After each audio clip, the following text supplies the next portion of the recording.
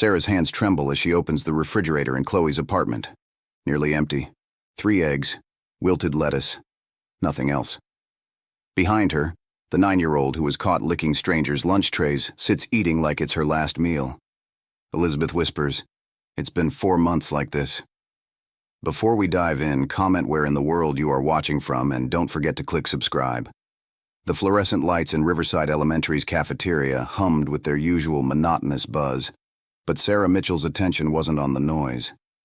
It was Thursday afternoon, that peculiar stretch of time when the lunch rush had subsided and only stragglers remained, pushing food around their trays with plastic forks. Sarah had been teaching 3rd grade for 7 years, long enough to know when something wasn't quite right with one of her students. Today, that instinct was screaming at her. In the far corner of the cafeteria, near the dish return window, 9-year-old Chloe Patterson hunched over a stack of empty lunch trays. Sarah had initially thought the child was simply clearing tables, maybe trying to be helpful, but as she moved closer, weaving between the round tables with their attached plastic seats, she saw something that made her heart drop into her stomach. Chloe's small tongue was running across the surface of an empty tray, catching every last trace of food residue. The pink tongue moved methodically, desperately, from one corner to the next. The child's thin fingers gripped the orange plastic tray with such intensity that her knuckles had gone white. When that tray was thoroughly licked clean, Chloe's eyes darted around the cafeteria with the wariness of a cornered animal before she reached for another abandoned tray. Sarah froze mid-step, her mind trying to process what she was witnessing. In 7 years of teaching, through countless lunch duties and cafeteria supervisions, she had never seen anything like this. Children picked at their food, they traded snacks, they occasionally dropped entire trays in spectacular crashes that sent lima beans skittering across the tile floor. But this was different. This spoke of a hunger so profound that shame and hygiene didn't matter anymore. The cafeteria aide, Mrs. Rodriguez, appeared beside Sarah, her usually jovial expression clouding with concern. "How long has she been doing that?" Sarah asked quietly, unable to look away from Chloe. "I just noticed a few minutes ago," Mrs. Rodriguez whispered back, her voice tight with worry. "I thought maybe she dropped her lunch and was just, I don't know, trying to salvage something. But then I saw her go to someone else's tray." Sarah forced herself to move, approaching slowly so as not to startle the child. "Chloe," she called softly. "Sweetie, what are you doing?" Chloe's head snapped up, her hazel eyes wide with fear and embarrassment. A smear of ketchup marked her chin, and tiny crumbs clung to the corner of her mouth. The tray clattered to the table as she dropped it, her entire body going rigid. I was just..." Her voice cracked, barely more than a whisper. "I didn't eat breakfast." Sarah knelt beside the table, bringing herself to eye level with the trembling child.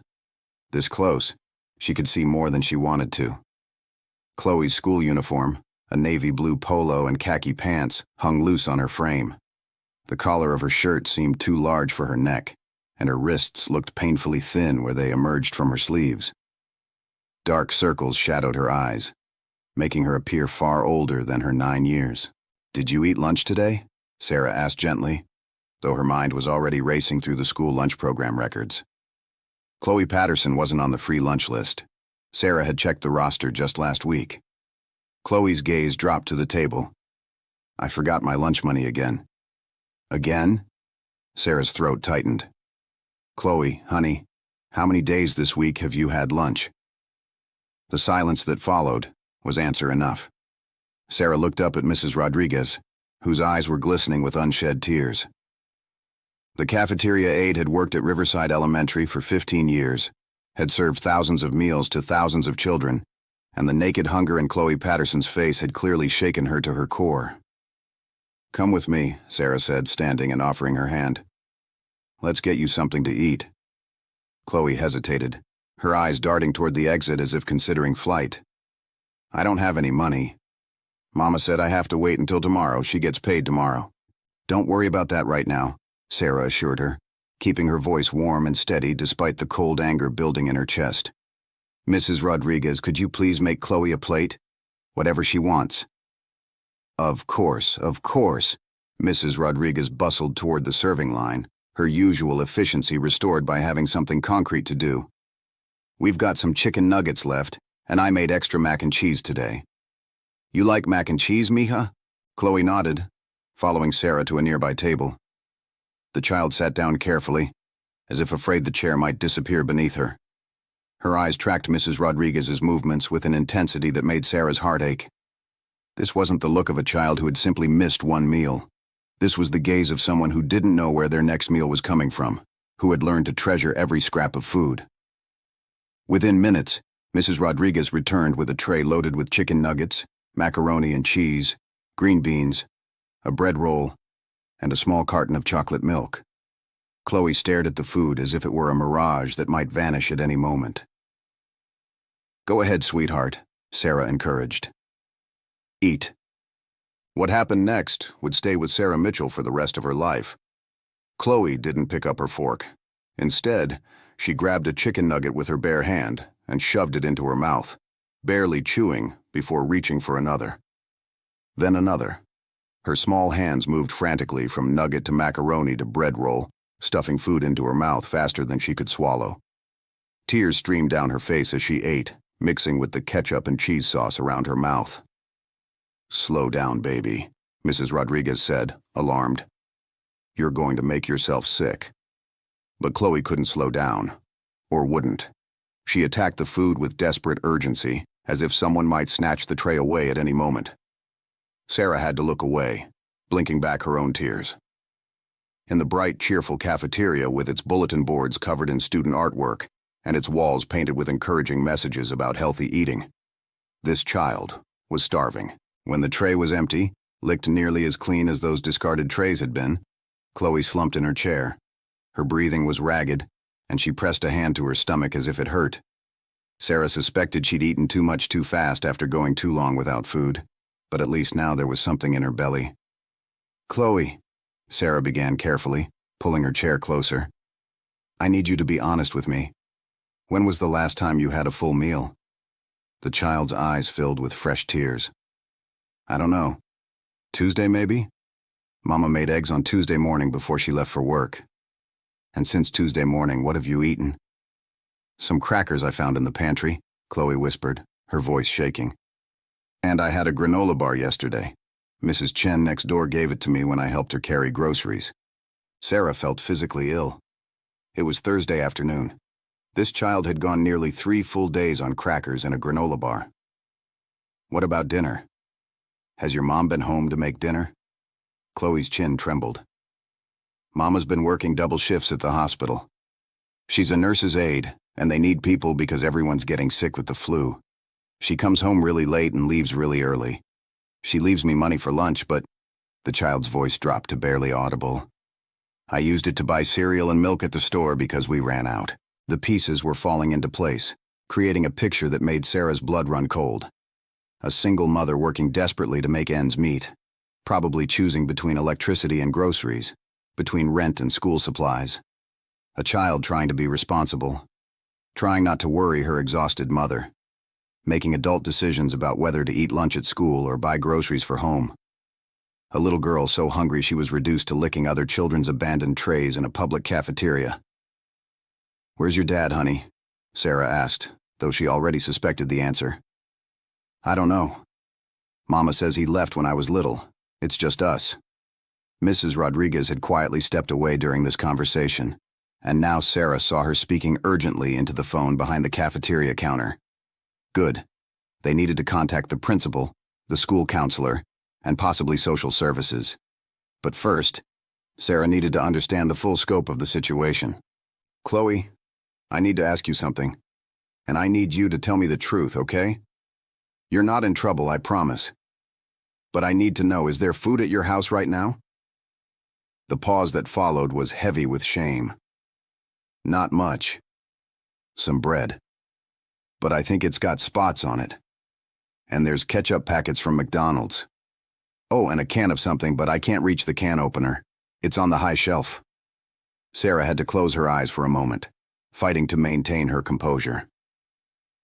When she opened them, she saw Principal Henderson approaching with Dr. Nina Okafor, the school counselor.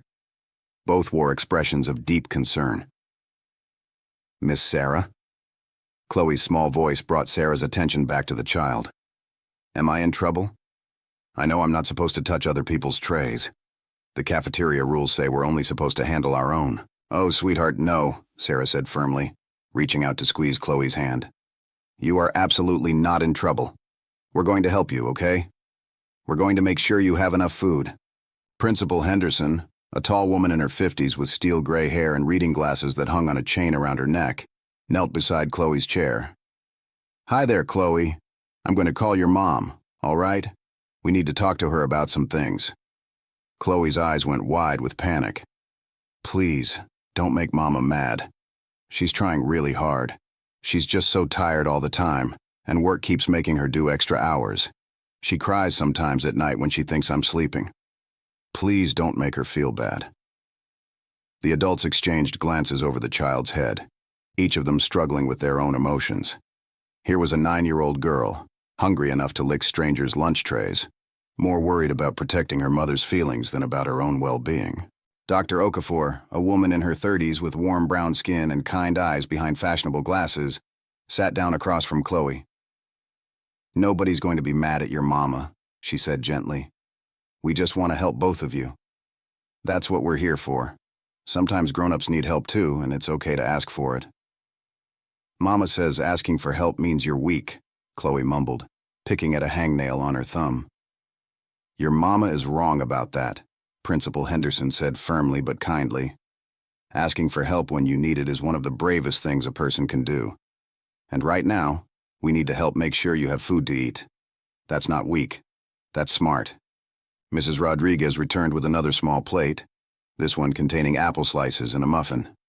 For later, she explained, setting it in front of Chloe, in case you get hungry before you go home.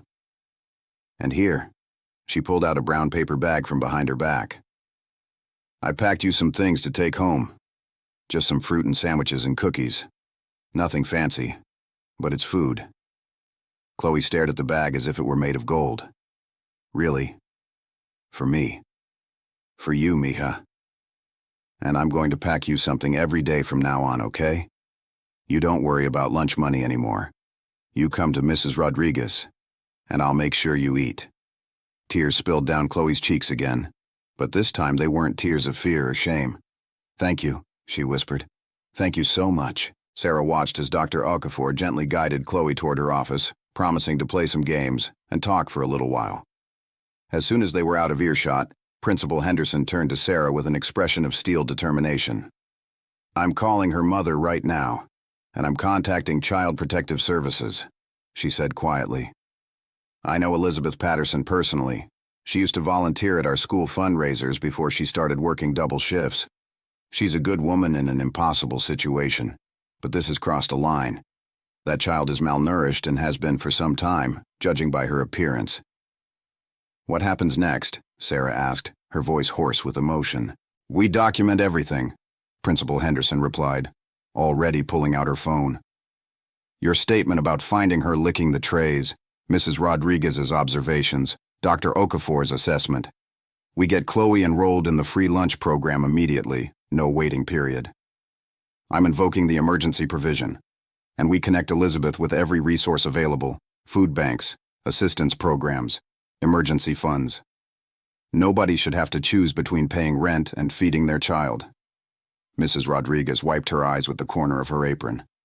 In 15 years, I've never seen anything like that. The way that baby was so hungry she didn't care who saw her licking those trays. Dios mío, my heart is broken. Mine too, Sarah admitted. But we caught it. We saw her, and now we can help. How many other kids are out there like Chloe, hiding their hunger because they don't want to seem weak or don't want to worry their parents? Principal Henderson's jaw tightened. That's exactly why I'm also calling the superintendent. We need to review our protocols. If a child is hungry, they eat. Period. I don't care about lunch money or forms or approval processes. We feed them first, and we figure out the paperwork later. The three women stood in the now empty cafeteria, surrounded by the mundane evidence of a normal school lunch period, Empty trays stacked by the dish window, forgotten napkins on tables, a spilled chocolate milk creating a brown puddle near the trash can. But nothing felt normal anymore.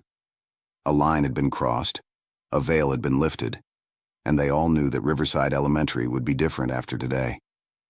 Sarah's phone buzzed in her pocket. She pulled it out to see a text from Dr. Okafor. "Chloe's asking for you. Can you come to my office?" "I'll be back," Sarah told the others, already moving toward the hallway that led to the counseling offices. She found Chloe sitting in one of Dr. Okafor's comfortable armchairs, the brown paper bag clutched tightly in her lap.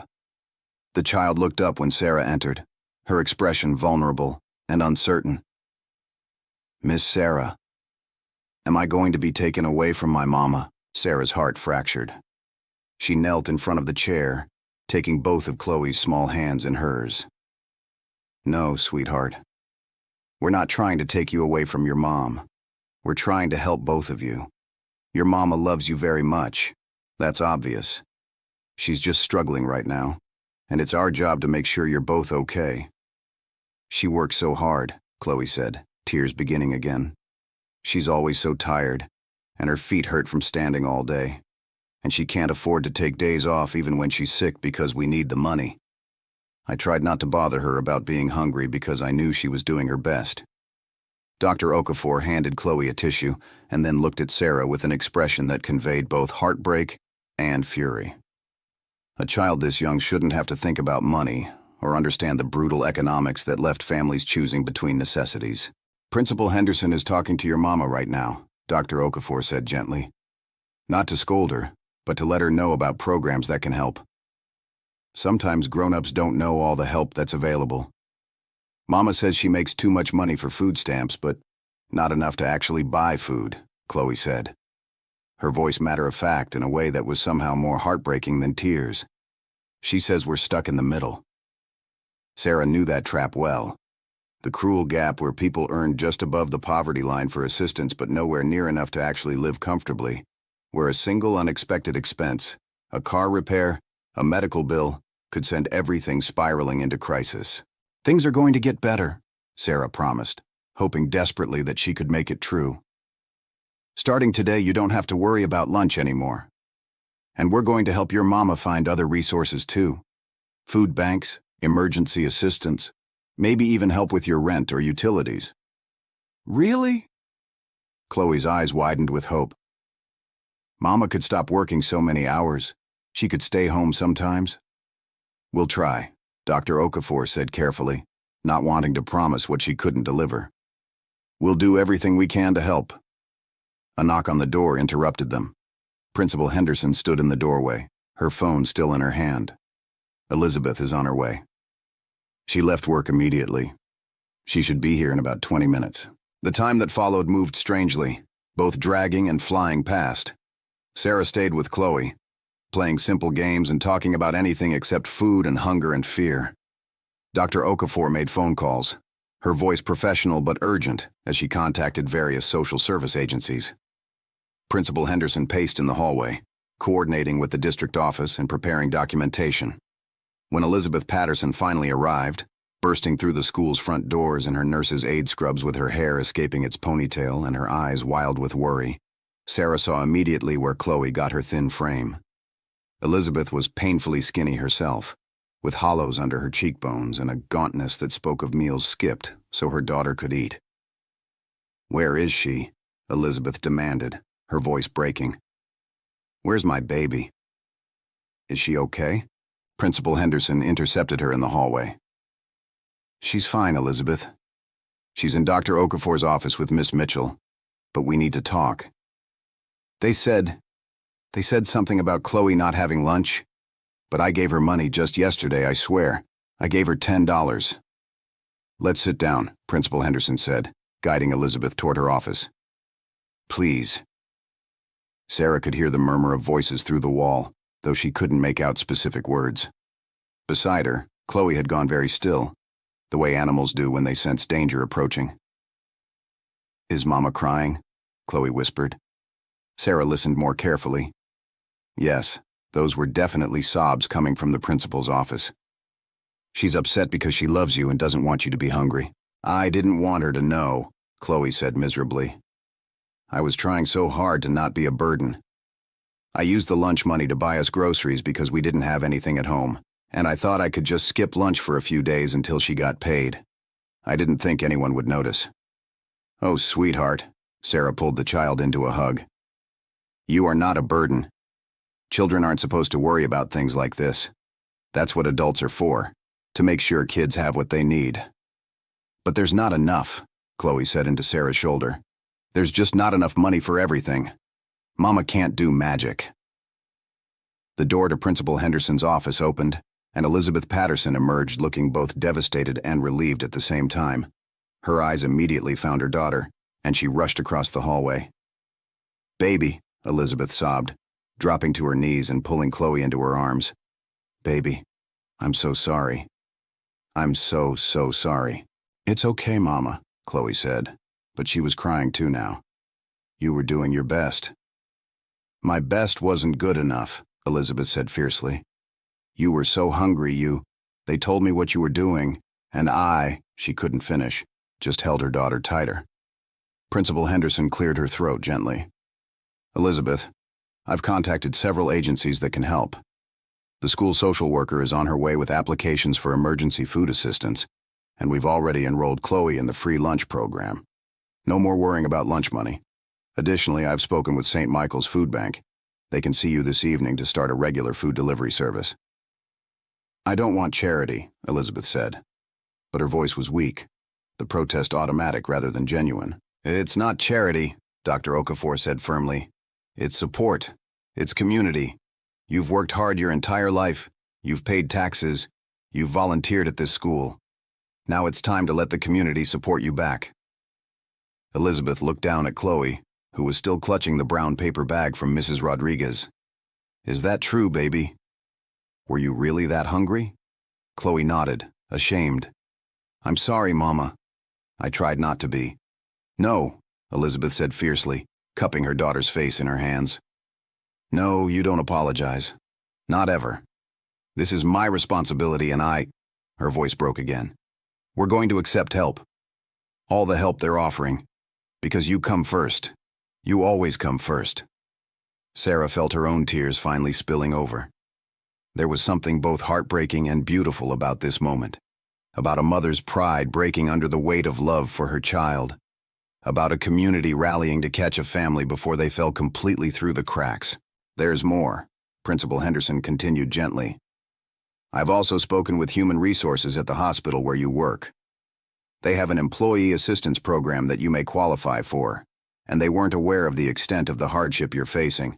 Your supervisor wants to speak with you about adjusting your schedule and possibly accessing emergency funds. Elizabeth looked up, stunned. I didn't even know we had an employee assistance program. Many people don't, Dr. Okafor said. That's part of the problem. Resources exist, but people don't always know how to access them or feel like they're allowed to ask. That changes now. I need to take her home, Elizabeth said, standing and helping Chloe to her feet. Feed her properly. Make sure she's okay. Of course, Principal Henderson agreed. But Elizabeth, before you go, I need you to understand something. What happened today was serious. Chloe was malnourished enough to lose all sense of normal boundaries around food. That's a medical concern. Elizabeth's face crumpled. Are you going to call CPS? We have to file a report, Principal Henderson said gently but firmly. That's mandatory. But I've already spoken with them, and given the circumstances, given that you're clearly a loving mother in crisis rather than neglectful, they're approaching this as a family in need of support rather than intervention. You'll have a caseworker assigned who will help you navigate services and check in regularly. But nobody's talking about removing Chloe from your home. Thank you, Elizabeth whispered. Thank you for caring enough to notice. Thank you for not judging. We'll see you tomorrow, Chloe, Sarah said, giving the child one more hug. And remember, you come straight to the cafeteria for breakfast too, okay? Mrs. Rodriguez starts serving at 7:30. There's breakfast too. Chloe looked amazed, as if she'd just learned about a magical kingdom she never knew existed. Every morning, Sarah confirmed, And we want to see you there." As mother and daughter left the school, Elizabeth's arm wrapped protectively around Chloe's shoulders, and the brown paper bag swinging from Chloe's other hand, Sarah turned to Principal Henderson. "What now?" "Now we make sure this never happens again," Principal Henderson said grimly. "Not to Chloe, not to any child in this school." Sarah watched through the school's front windows as Elizabeth helped Chloe into their old sedan. The car's faded blue paint chipped and rusted around the wheel wells. The vehicle coughed to life after several attempts, black smoke puffing from the exhaust. Another expense Elizabeth probably couldn't afford to fix. Another burden weighing on a woman already crushed under the weight of simply trying to survive. "Karen," Sarah said quietly, using Principal Henderson's first name, something she rarely did. "I keep replaying it in my mind.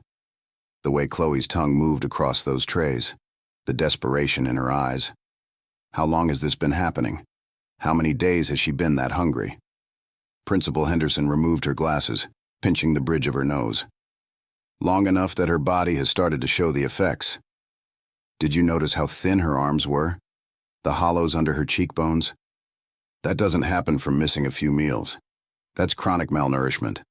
And we didn't see it," Sarah said, the guilt heavy in her voice.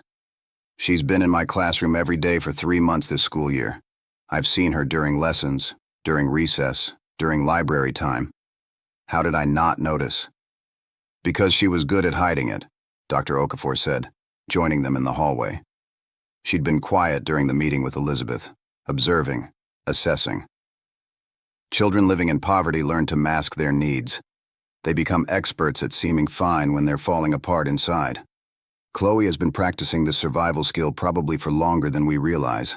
Mrs. Rodriguez appeared from the cafeteria, wiping her hands on her apron, her eyes still red from crying. "I've been thinking," she said, her accent thicker with emotion.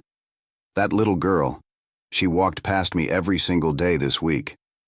Every day she smiled at me, said good morning, acted like everything was normal, and I had no idea she was starving. No idea she was going through the day with nothing in her stomach but hope for tomorrow." "We can't change what we didn't see before," Principal Henderson said firmly, though her own voice wavered slightly. "But we can change what happens from this moment forward. Mrs. Rodriguez, starting tomorrow, I want you to personally check in with Chloe every morning at breakfast and every afternoon at lunch. Make sure she's eating. Make sure she knows she's welcome to seconds, to thirds, if she needs it." "Of course," Mrs. Rodriguez nodded vigorously. "And I'm making her special lunches to take home. Things that don't need cooking, that she can eat if her mama's working late. Sandwiches, fruit, granola bars. I'll pack them myself every day." Sarah's phone buzzed. She glanced down to see a text from her husband. "Just heard about what happened at school. Are you okay? Want me to bring dinner to you there?" The normalcy of that message, the casual assumption that dinner was a given, that food was always available, felt jarring after the afternoon's revelations. Sarah typed back quickly, "I'm okay. Home soon. Love you." "I need to make a call," Principal Henderson said, pulling out her phone. "There's someone else who needs to know about this." Sarah watched as the principal stepped into her office, speaking in low, urgent tones. Through the glass window, she could see Karen's animated gestures, the intensity of her conversation. Dr. Okafor touched Sarah's arm gently. "You did good today. You saw her when she thought she was invisible. That took attention, care, and courage to confront what you were seeing." "I almost didn't," Sarah admitted. "I almost walked right past her. I was thinking about lesson plans for tomorrow, about the parent-teacher conferences next week. I almost didn't look closely enough." "But you did look," Dr. Okafor emphasized. "That's what matters. You looked, you saw, and you acted. How many other teachers might have convinced themselves they were seeing something else? Might have looked away because it was easier than confronting the reality of a child's suffering." Principal Henderson emerged from her office, her expression troubled. "That was the superintendent. I filled her in on what happened today. She's calling an emergency district-wide meeting for Monday morning. Every principal, every counselor, every cafeteria manager. This situation with Chloe is going to trigger a complete review of how we identify and support students facing food insecurity. Good, Sarah said, surprised by the fierceness in her own voice. Because there have to be others. Other children going hungry, hiding it, too ashamed or too loyal to their struggling parents to ask for help. There are, Mrs. Rodriguez said softly. I see them sometimes.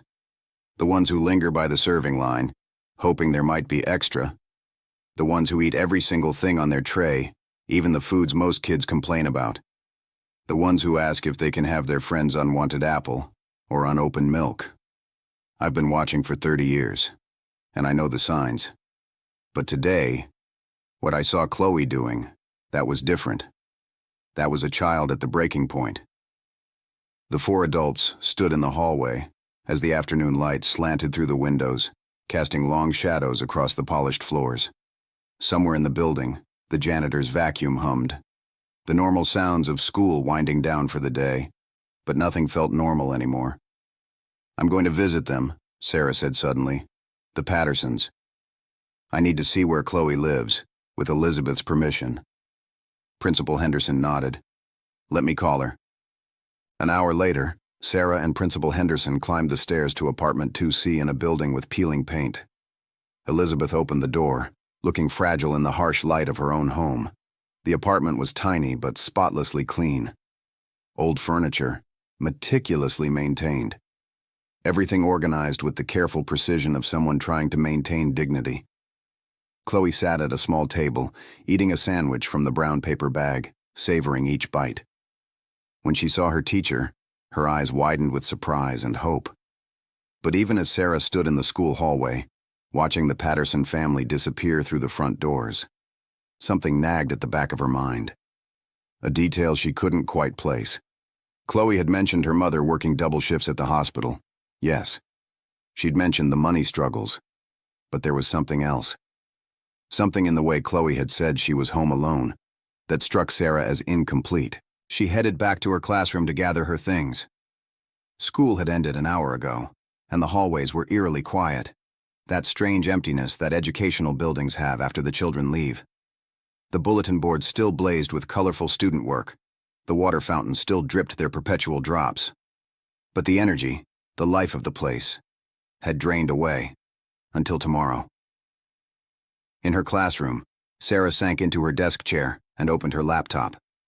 She pulled up Chloe Patterson's file, something she probably shouldn't be doing, but the nagging feeling wouldn't leave her alone. She scrolled through the emergency contact information. Elizabeth Patterson, mother, primary contact, various phone numbers for Elizabeth's workplace, and then, listed as secondary emergency contact, Michael Patterson, father. Sarah's blood ran cold. Chloe had said her father left when she was little, that she didn't know where he was. But here was a contact number, an address even, less than 3 miles from the school. She checked the date the information was last updated. 2 months ago. Her hand hesitated over her phone. She should tell Principal Henderson. This was probably nothing. Just outdated information that hadn't been properly removed from the system. But the feeling persisted, growing stronger rather than fading. Sarah picked up her phone and dialed Principal Henderson's personal cell. Karen? It's Sarah Mitchell. I'm still at school, and I found something in Chloe Patterson's file I think you should know about. 15 minutes later, Principal Henderson was back in the building, reading over Sarah's shoulder at the computer screen. That's odd, she said, frowning. Elizabeth didn't mention Chloe's father at all. She said it was just the two of them. That's what Chloe said too, Sarah confirmed. But this information was updated recently. See the date? Principal Henderson pulled out her phone. I'm calling Elizabeth. She put it on speaker as it rang. Hello? Elizabeth answered, her voice tired but calmer than it had been at school. Principal Henderson? Is everything all right? Elizabeth, I'm here with Ms. Mitchell, and we have a question about Chloe's emergency contact form. It lists a Michael Patterson as secondary contact with a local address. Is Chloe's father involved in her life? The silence on the other end was heavy and long. When Elizabeth finally spoke, her voice had changed, becoming tight and careful. That's complicated. Why are you asking? Because Chloe told us her father left when she was young and she doesn't know where he is, Sarah said gently. But if he's local and involved, we need to understand the full picture of Chloe's situation. Another long pause. Then, in a voice barely above a whisper, Michael has supervised visitation rights.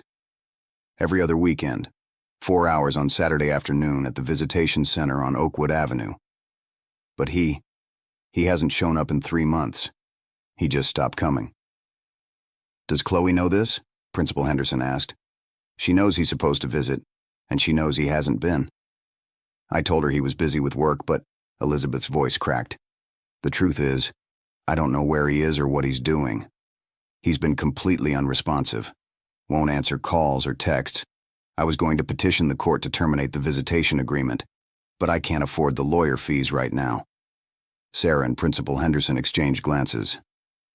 Elizabeth, Sarah said carefully, is it possible Michael has been coming around when you're at work? Maybe seeing Chloe without your knowledge? No, Elizabeth said immediately.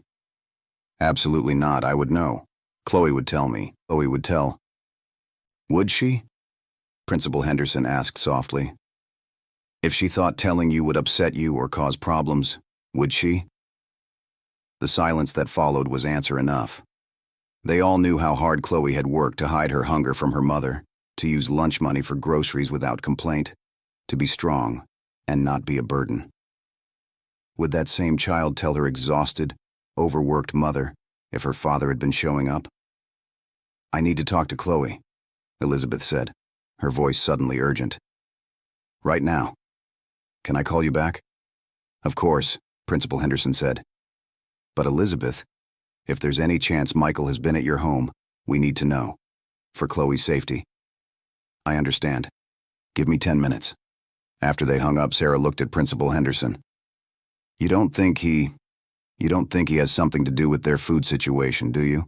I don't know what to think yet, Principal Henderson admitted. But I learned a long time ago that when things don't add up, there's usually a reason. Elizabeth is working double shifts and still can't afford to feed her child? That math doesn't work. Even with low wages and high rent, she should be bringing home enough for basic groceries. Unless the money's going somewhere else, Sarah realized, the implications making her feel sick. Let's not jump to conclusions, Principal Henderson cautioned. We'll wait to hear what Elizabeth finds out. But the wait was agonizing.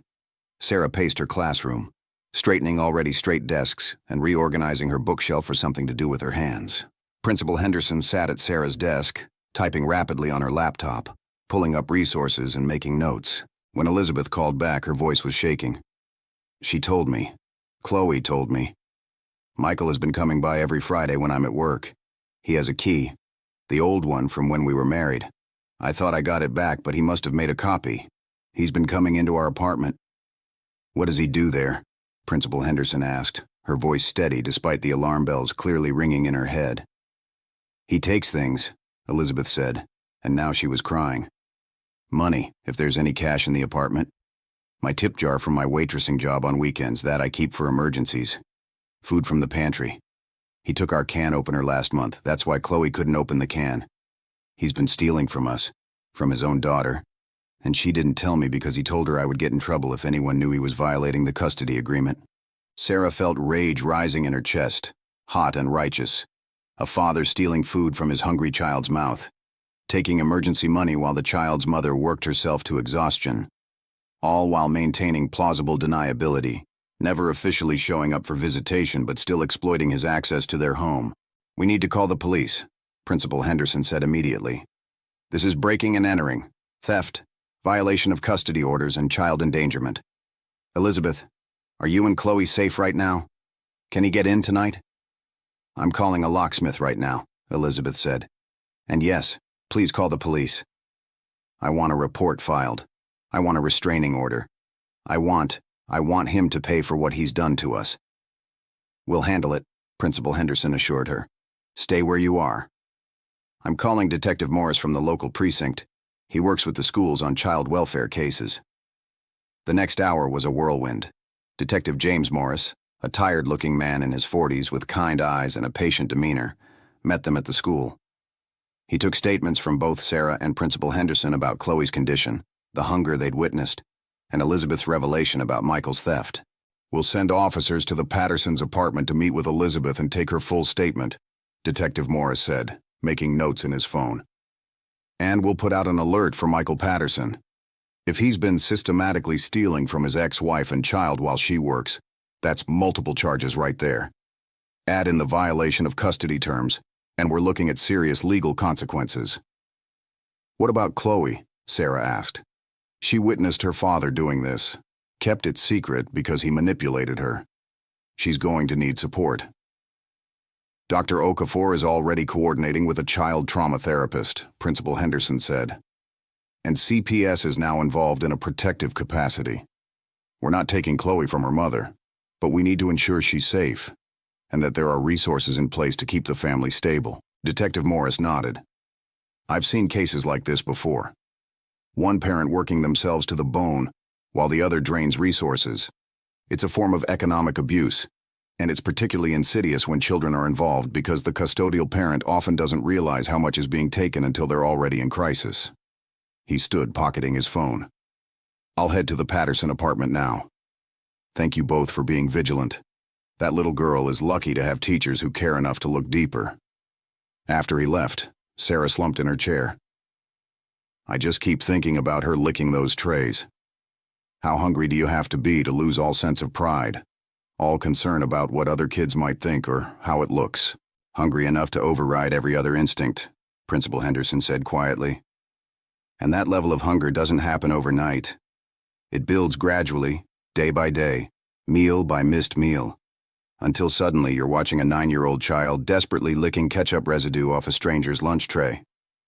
Sarah looked up at her principal. "You said earlier that we need to make sure this never happens again. How? How do we catch it before it gets this bad?" Principal Henderson sat down across from her, removing her glasses to rub her tired eyes. "We train every staff member to recognize the signs. We implement a program where any child can access food at any time, no questions asked, no forms required.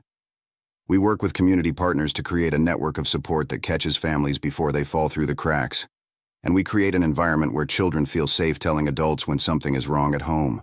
"Chloe was so ashamed," Sarah said. "She was trying so hard to protect her mother, to not be a burden, that she put herself in danger." "That's the cruelest part of poverty," Principal Henderson said. "It teaches children that their needs are burdens, that asking for help is weakness, that suffering in silence is somehow noble. We have to unlearn that for them. Show them that needing help is human, and that community means supporting each other." They sat in silence for a moment, the weight of the day settling over them.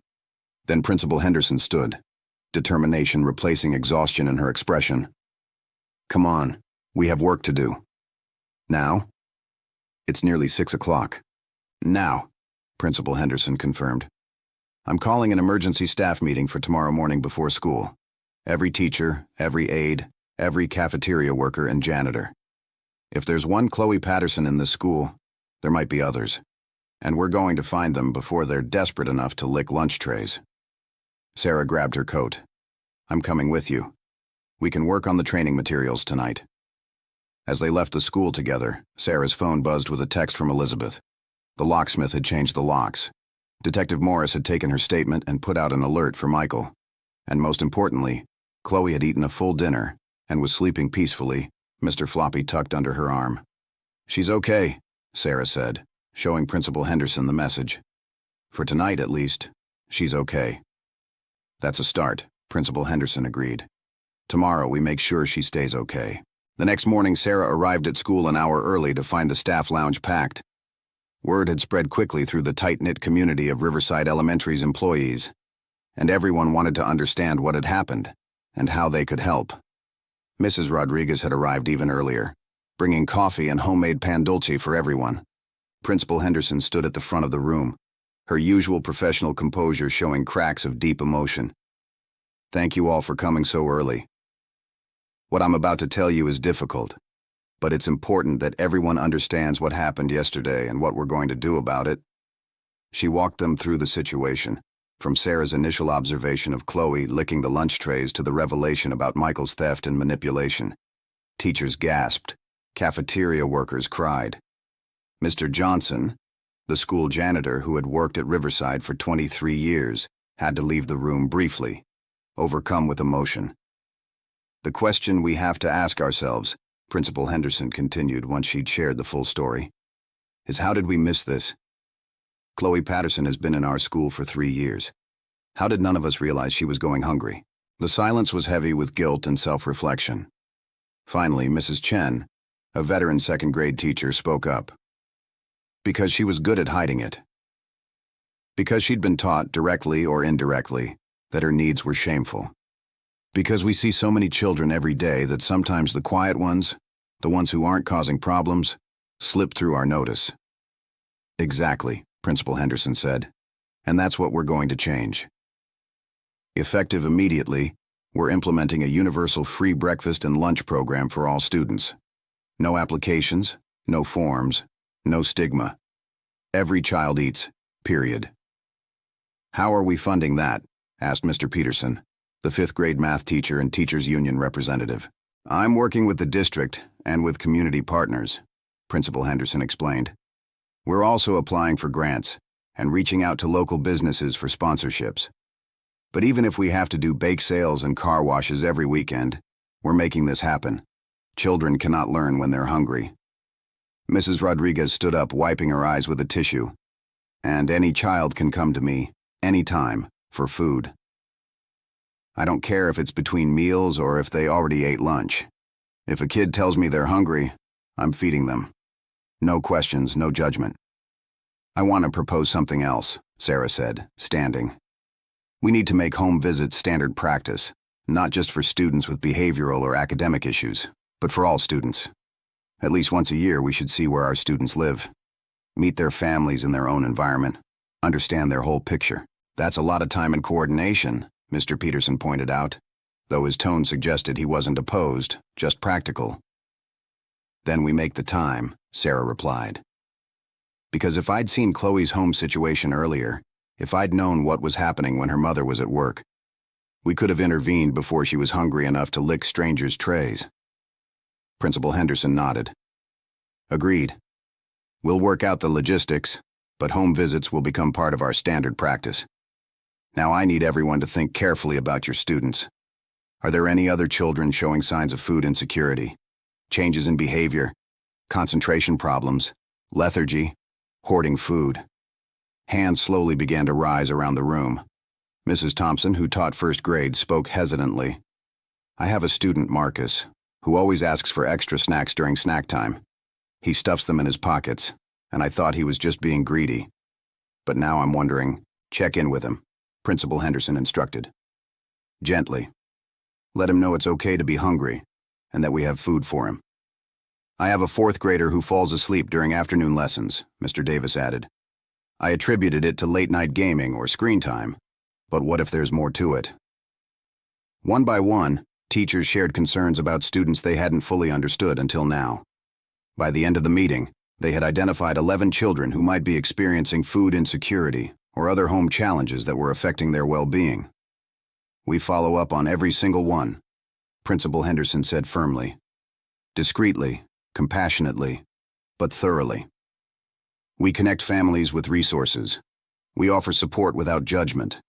And we make it clear that Riverside Elementary is a place where every child is valued and cared for. As the meeting broke up and teachers headed to their classrooms, Sarah felt both exhausted and energized. The work ahead was enormous, but for the first time, she felt like they were actually doing something meaningful about a problem that had persisted in silence for far too long. In her classroom, Sarah prepared for her students' arrival. She'd added a new shelf in the corner, stocked with granola bars, crackers, juice boxes, and other non-perishable snacks.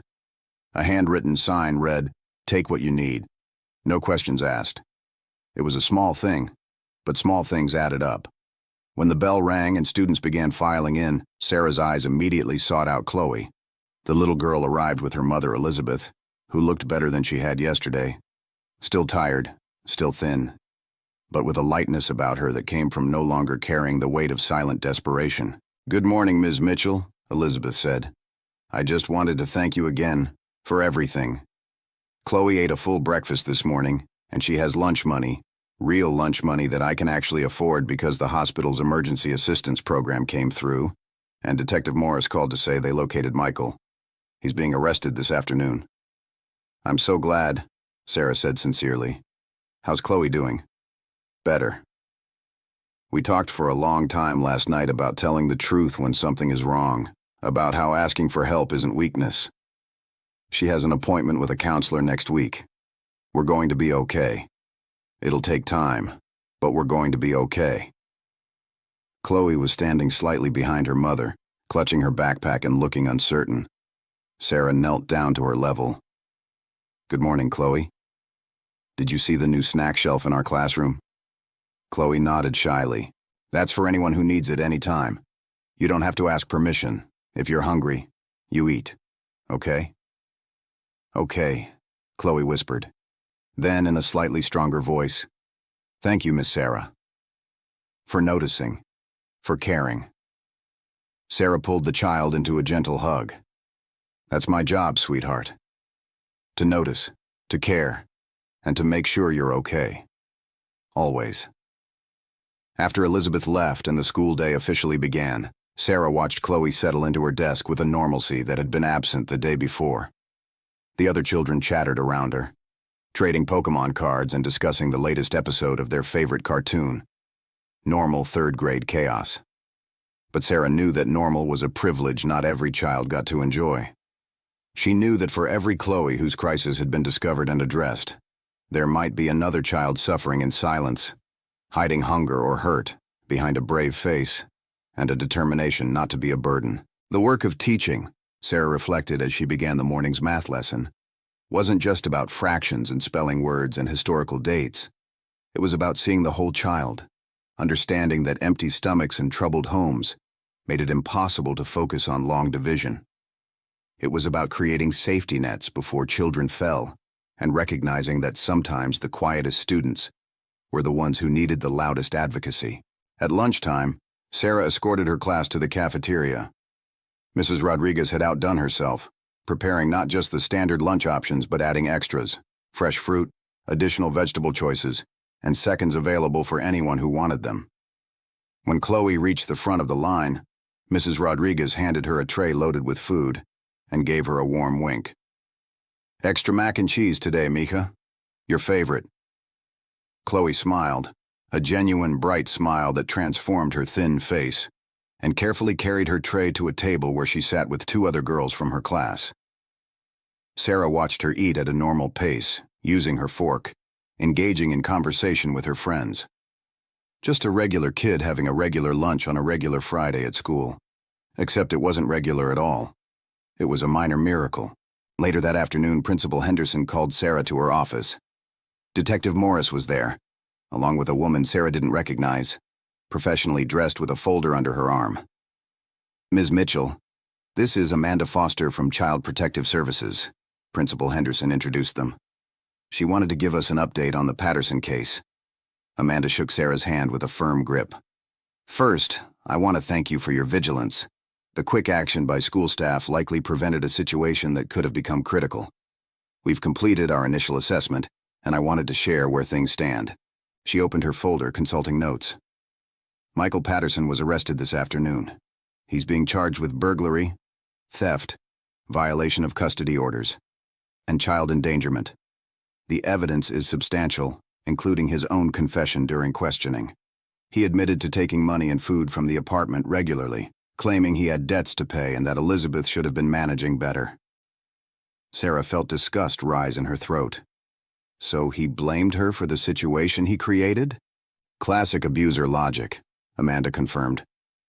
He felt entitled to take from his ex-wife and daughter while contributing nothing himself. We see it more often than you'd think. The good news is that Elizabeth has been connected with multiple support services. She's receiving emergency food assistance, help with rent through a local charity, and her employer has adjusted her schedule so she's not working quite so many double shifts. Most importantly, she's been granted a permanent restraining order, and Michael will not be able to contact her or Chloe once he's released on bail. And Chloe? How's she handling all this psychologically? Amanda smiled. Actually, better than you might expect. Children are resilient, especially when they see adults taking their problems seriously. Chloe feels heard, she feels protected, and she's starting to understand that what happened wasn't her fault. The therapy will help process the trauma, but the foundation is there for healing. Or, what about other children in similar situations? Principal Henderson asked. Sarah identified 11 students this morning who might be experiencing food insecurity. We're prepared to support all of them, Amanda assured her. In fact, your district's superintendent called me this afternoon. Riverside Elementary is going to be a pilot program for a new initiative we're calling Whole Child Wellness. It's a collaborative effort between schools, social services, healthcare providers, and community organizations to identify and address children's needs holistically. So Chloe's situation is going to lead to systemic change, Sarah said slowly, the implications dawning on her. Exactly. Sometimes it takes one child's crisis to illuminate the cracks in our support systems. Chloe's case has gotten attention at the district level, the city council level, even from the state education department. Nobody wants to see another child hungry enough to lick lunch trays. After Amanda left, Sarah sat in Principal Henderson's office, feeling the weight of everything that had transpired in less than 24 hours. One observation, one moment of really seeing a student, had set off a chain reaction that was now affecting policy and practice throughout the district. Do you ever wonder how many we miss? Sarah asked quietly. How many kids are suffering in ways we don't notice? Every day, Principal Henderson admitted. But we can't think about it that way, or we'll drown in guilt. What we can do is be vigilant. Create systems that make it harder for kids to fall through the cracks and respond with compassion and action when we do identify a problem. I keep thinking about what Chloe said, about not wanting to be a burden, Sarah said. That's such a devastating thing for a child to believe about themselves. It is. But we're teaching her differently now. We're teaching all of them differently. That their needs matter. That asking for help is brave. That community means showing up for each other. As Sarah drove home that evening, the setting sun painting the sky in shades of orange and pink, she thought about the bizarre journey of the past 2 days. It had started with a routine cafeteria duty, something she'd done hundreds of times before. But this time, she'd really looked. She'd seen beyond the surface, beyond the assumption that everything was fine, and noticed a child in crisis. Her phone buzzed at a red light. A text from Mrs. Rodriguez. Just got home. Made extra food for Chloe's family. Dropping it off tomorrow. Also, I'm starting a food drive at church. This isn't just a school problem. It's a community responsibility. Sarah smiled through sudden tears. Change was happening, rippling out from one observant moment in a crowded cafeteria. The following Monday, Sarah arrived at school to find the local news van parked out front. Principal Henderson had agreed to an interview about the new Whole Child Wellness Initiative, and reporters wanted to speak with teachers about the importance of recognizing signs of food insecurity. We're being careful not to identify Chloe or any specific student, Principal Henderson assured Sarah when she expressed concern. But the story matters. People need to understand that this is happening right here, in our community, to children we know. The interview went well. Sarah talked about the importance of truly seeing students, of understanding that behavioral or academic issues often had roots in unmet basic needs. Mrs. Rodriguez spoke passionately about making food accessible without shame. The principal outlined the new programs being implemented. But the most powerful moment came unexpectedly. As the cameras were packing up, Elizabeth Patterson arrived to drop off Chloe. She'd seen the news van and asked what was happening. When Principal Henderson explained, Elizabeth made an immediate decision. I want to talk about this, not for attention, but because other parents need to know they're not alone. They need to know there's help available, and that asking for it doesn't make them failures. So they filmed one more segment, with Elizabeth's permission, and with Chloe safely in her classroom, unaware of the cameras. Elizabeth spoke with devastating honesty about working multiple jobs, and still not being able to make ends meet. About the shame of not being able to feed her child. about the relief of finally accepting help. I thought admitting I was struggling meant admitting I was a bad mother, Elizabeth said, her voice steady despite the tears on her cheeks. But the truth is, the only way I could be a good mother was to get help. Because my daughter needs me healthy and present, not working myself to death while she goes hungry. When the segment aired that evening, it sparked a citywide conversation about poverty, about working families who still couldn't afford basic necessities, about the gaps in social safety nets. Donations poured into the school and into local food banks. Businesses offered to sponsor meal programs.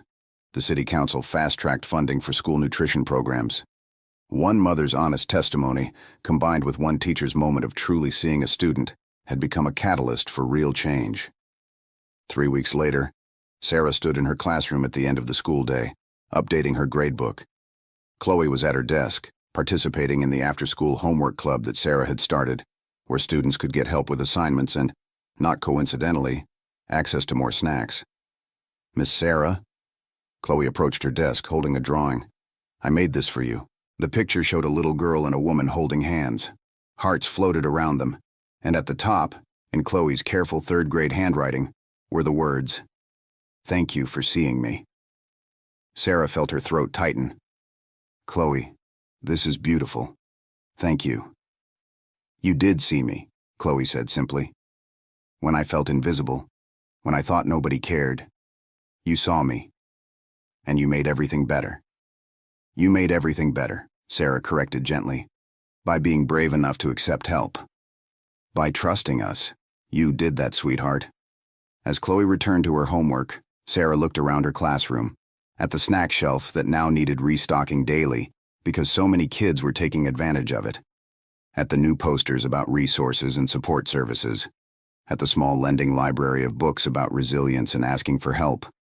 One moment of attention. One decision to look deeper rather than look away. One child whose crisis became the catalyst for protecting many others. Sarah taped Chloe's drawing to her desk where she would see it every day. A reminder that teaching wasn't just about curriculum and test scores. It was about seeing students fully, understanding their struggles, and doing whatever it took to help them thrive.